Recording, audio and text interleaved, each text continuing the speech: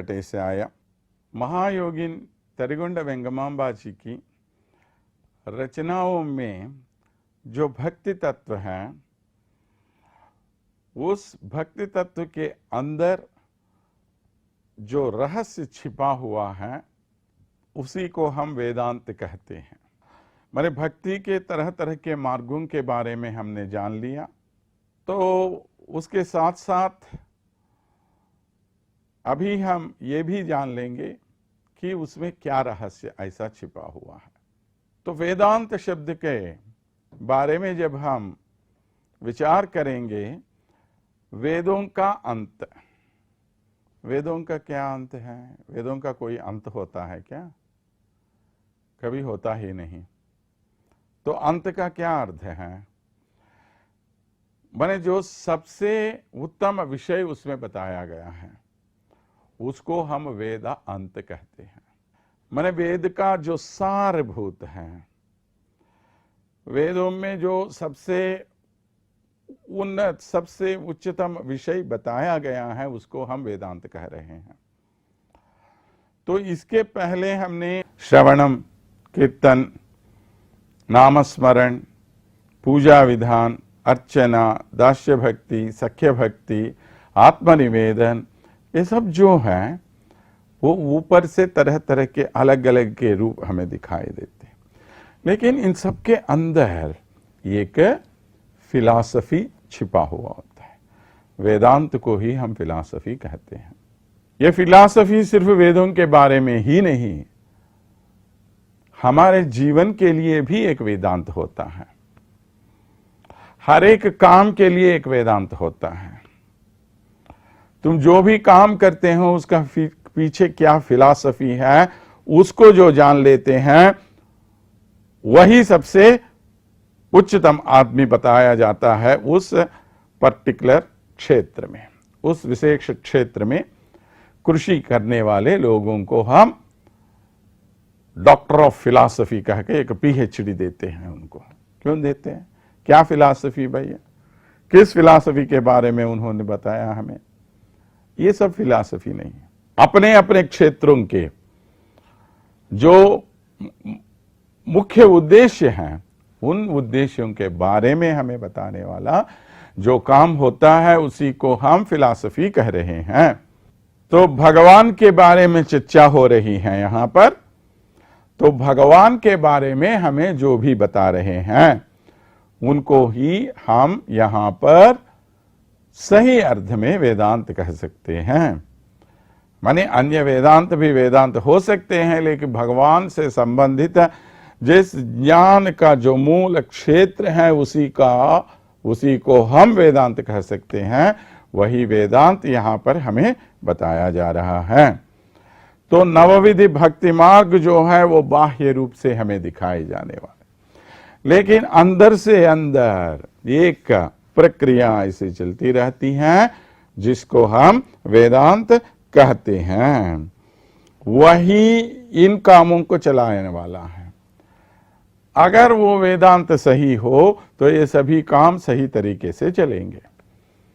जैसे कि हमने कहा, कीर्तन एक भक्ति मार्ग है। तो कीर्तन भक्ति मार्ग हो तो कीर्तन के पीछे कौन सा ऐसा वेदांत है जो कीर्तन को सही रूप से कीर्तन बना सकता है? कोई फिल्मी गाना गा लो, वो भी कीर्तन ही है। किसी राजा महाराजा की स्तुति पाठ करो, वो भी कीर्तन ही है। सब कुछ कीर्तन ही है ना। या भगवान के बारे में आजकल लोग क्या कर रहे हैं, कोई ना कोई किसी फिल्म गीत को लेकर उस गीत का अनुकरण करते हुए, नकल करते हुए एक नया गाना बना देते हैं और डुबचिक डुबचिक डुबचिक गाना चलता रहता है। क्या इसमें सही कीर्तन होता है क्या? नहीं। तो ये इसको कौन डिसाइड करेगा? इसका निर्णय, सही निर्णय करने वाला कौन है? उसके पीछे जो वेदांत है, वो वेदांत निर्णय करता है कि यह सही तरीके से स्वर्ण है या नहीं। तो इस प्रकार हर एक क्षेत्र के लिए वेदांत रहता है। तो भगवान से संबंधित जो जानकारी हम प्राप्त कर रहे हैं उसमें भी ऐसा ही वेदांत छिपा रहता है। और इसको उच्चतम स्थिति हम इसीलिए बोल रहे हैं कि इससे अधिक और कुछ नहीं होता। तो ये ज्ञान की चरम सीमा है। तो ऐसा कौन सा भक्ति वेदांत यहां पर छिपा हुआ है?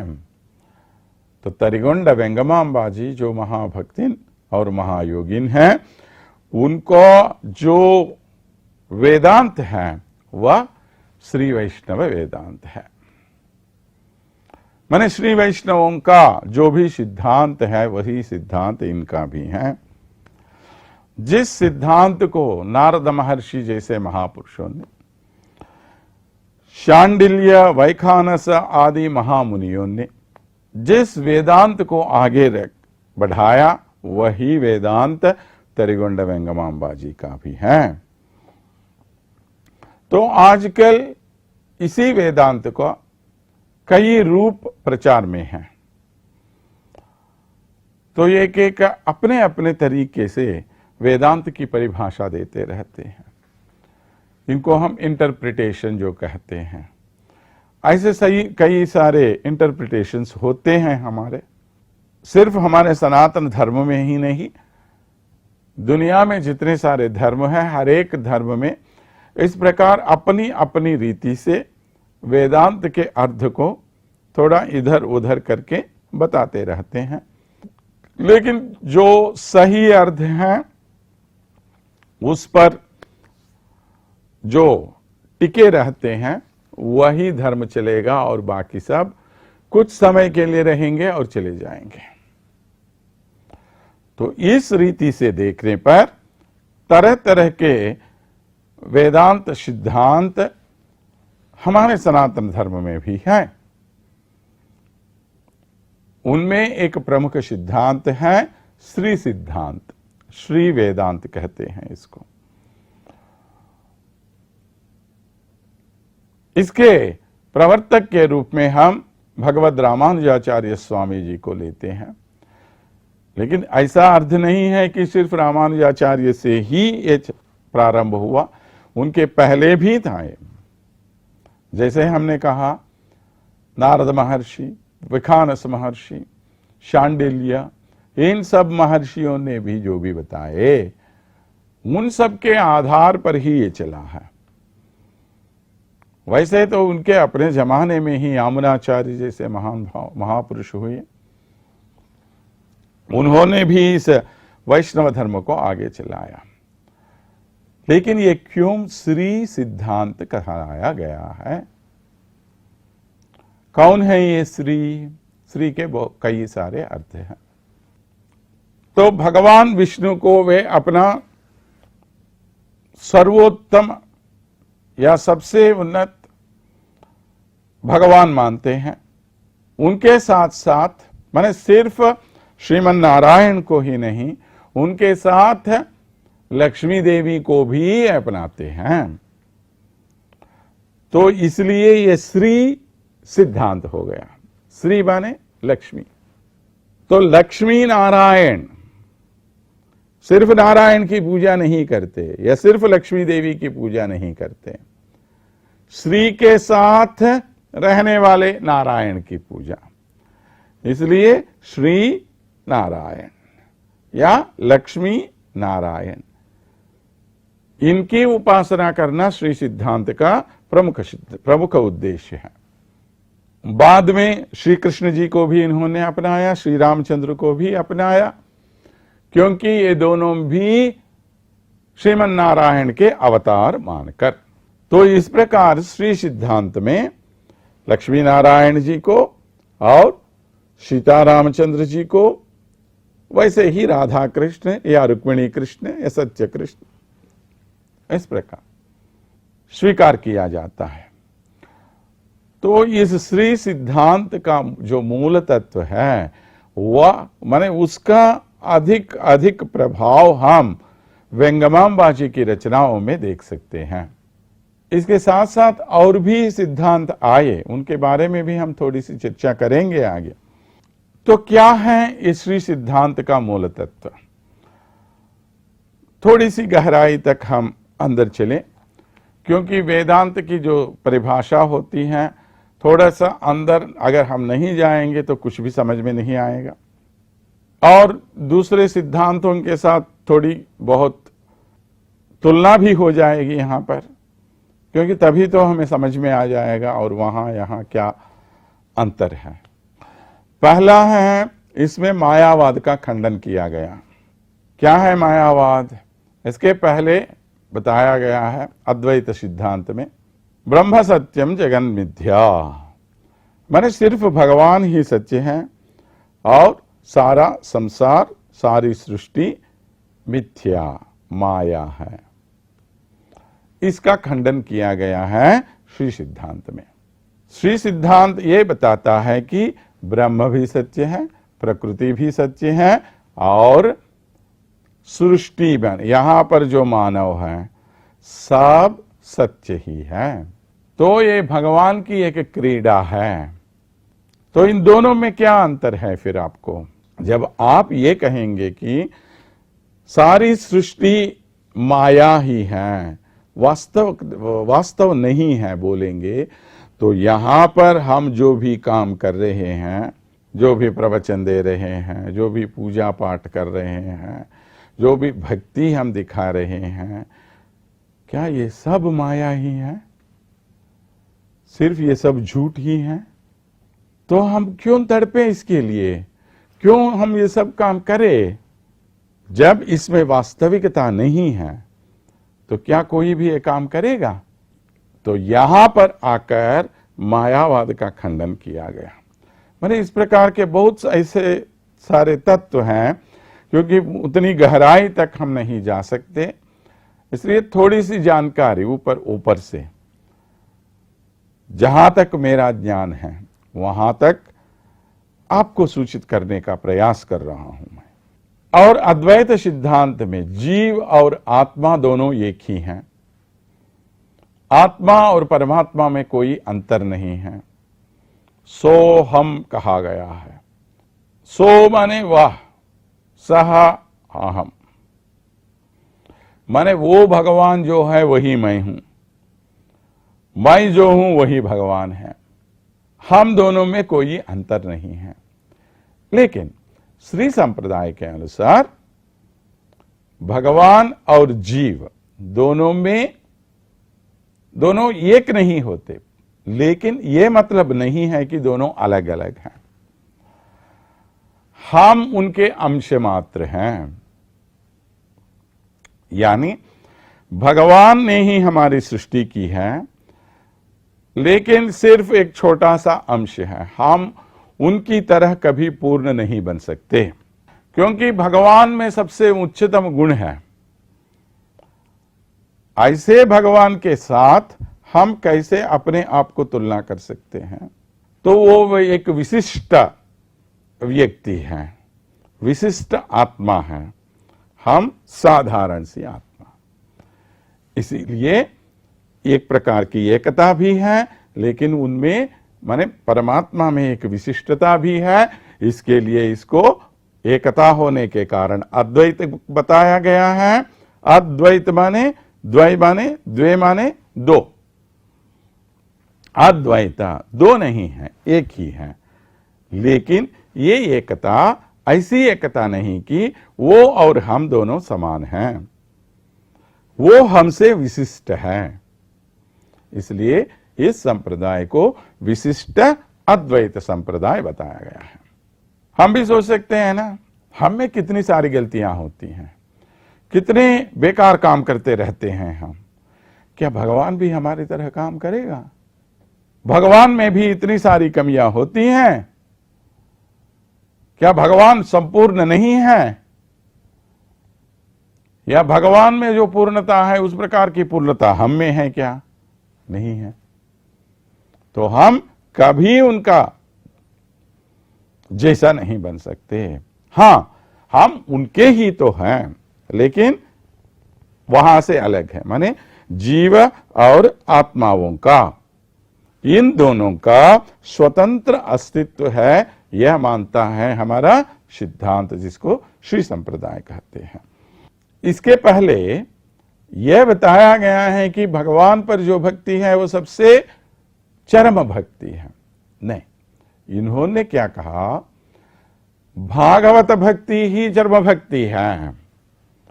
भगवान पर भक्ति होना ओके, सही है, लेकिन उसके साथ साथ जो भगवान के भक्त होते हैं उन पर भी आपको भक्ति होनी चाहिए। इससे क्या होता है, जब भागवतों पर आपकी भक्ति होती है तो भागवतों का सत्कार करना, किनका सत्कार करना, भगवान का सत्कार करना नहीं है।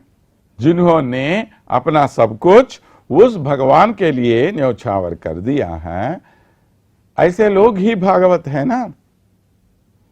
तो ऐसे भागवतों का सम्मान करना एक भक्त होने पर हमारा कर्तव्य है या नहीं।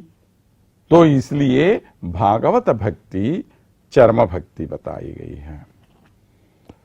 ये श्री संप्रदाय की विशेषताएं हैं।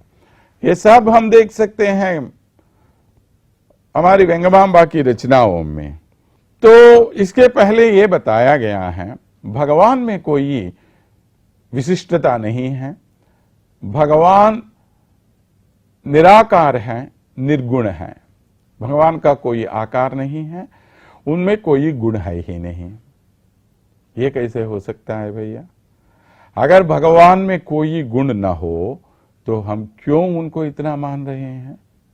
ऐसे महान गुण उनमें होना चाहिए जो हम में नहीं है, या जिनके ऊपर हम नहीं टिक पाएंगे। ऐसे महान गुण उनमें होना चाहिए। तो ऐसे महान गुणों का जो समाहार है वही सही तरीके से, सही रूप से भगवान बन सकते हैं। यानी कहने का तात्पर्य ये है कि भगवान में गुण है, यानी ये सगुण है, निर्गुण नहीं। उनका कोई आकार नहीं है, आप बता रहे हैं, हां, लेकिन इसको आप ये नहीं बोल सकते हैं कि वो निराकार है। आकार जब हम बोलेंगे, भगवान का कोई रूप है ऐसा, तो क्या है उसका अर्थ है? भगवान छोटा बन गया ना। हमने कहा अरे ये कमरा कितना है, इतना कमरा है। ये गांव कितना है, इतना है। ये भूमंडल कितना है, इतना है। सौरमंडल कितना है, इतना है। तो ऐसा ऐसा ऐसा ऐसा ऐसा आप बढ़ा के लेके जा रहे हो, क्योंकि इन सब को आप अपनी आंखों से देख सकते हो। इससे ये बड़ा है, उससे ये बड़ा है, उससे ये बड़ा है, ऐसे तुलना कर सकते हो। क्योंकि एक छोटी सी चीज होती है, उससे बड़ी चीज, उससे बड़ी चीज, उससे बड़ी चीज, है कि नहीं? तो इस प्रकार आप किसी दूसरी वस्तु से तुलना तो कर सकते हैं, लेकिन भगवान के बारे में क्या इस प्रकार की तुलना संभव है? भगवान इतना महान है, हर एक जगह पर वो फैला हुआ है, तो उनमें कोई विच्छिन्नता नहीं की जा सकती। विच्छिन्नता माने उसको टुकड़ा करना। क्या भगवान को आप कर सकते हैं? कभी नहीं हो सकता। तो एक रूप जब आप देते हो तो विच्छिन्नता हो गई है, यानी तुम इस प्रकार कर रहे हो। नहीं नहीं नहीं, तुम में वो शक्ति नहीं है। लेकिन क्या भगवान में वो शक्ति नहीं है? भगवान ने स्वयं मान लिया है मैं इस प्रकार अविच्छिन्न हूं, तो लोगों को कैसे समझ में आ जाएगा मैं कहां पर हूं, कैसा हूं? जब तक आप किसी रूप को अपने मन में नहीं लोगे, तब तक उस पर आपका मन केंद्रित नहीं होगा। जब तक वो मन केंद्रित नहीं होगा, तब तक क्या भक्ति है, क्या तप है? कुछ भी नहीं।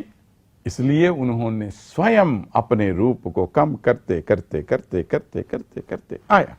इसी को हम कहते हैं पांच स्वरूप भगवान के, पर, व्यूह, विभव, अंतर्यामी, अच्छा स्वरूप, 5 प्रकार के रूप। परवासुदेव माने जो भगवान हैं, वो पर रूप में जब भगवान है, उनका किसी रूप का कोई विच्छिन्नता नहीं है, अविच्छिन्न रूप है वो।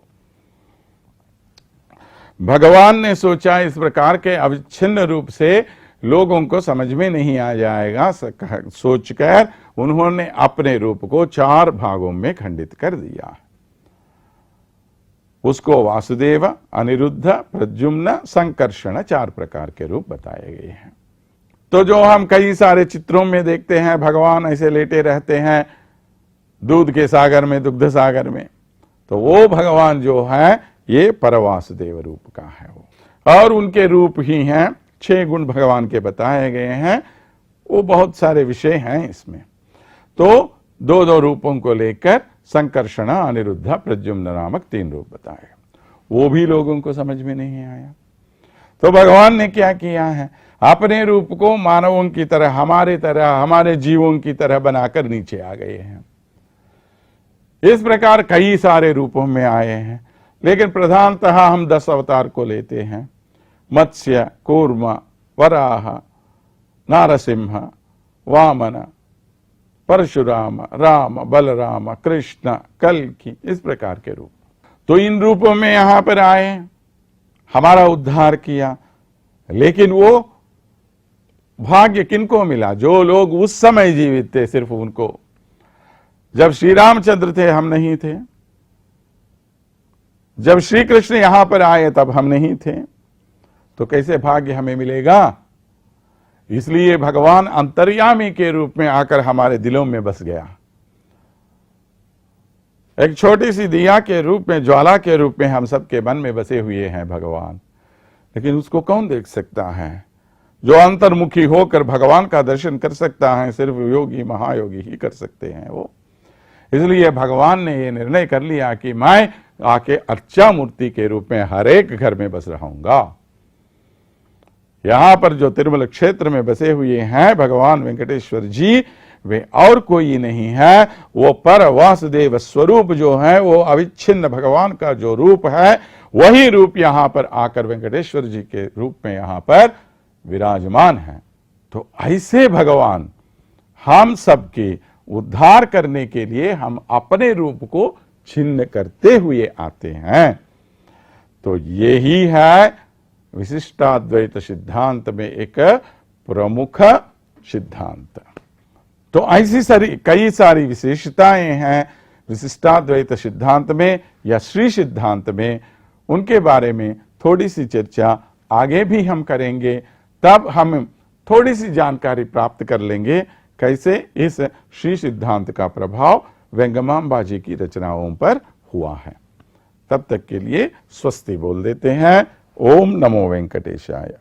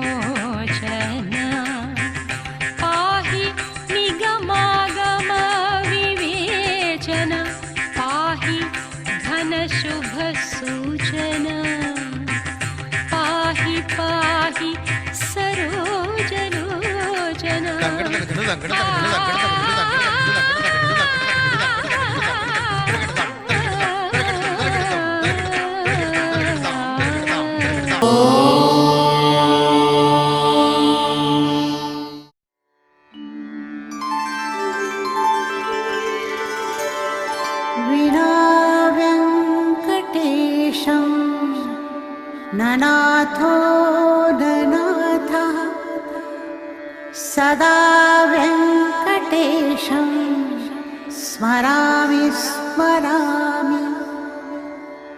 हरे वेङ्कटेश प्रसीद प्रसीद।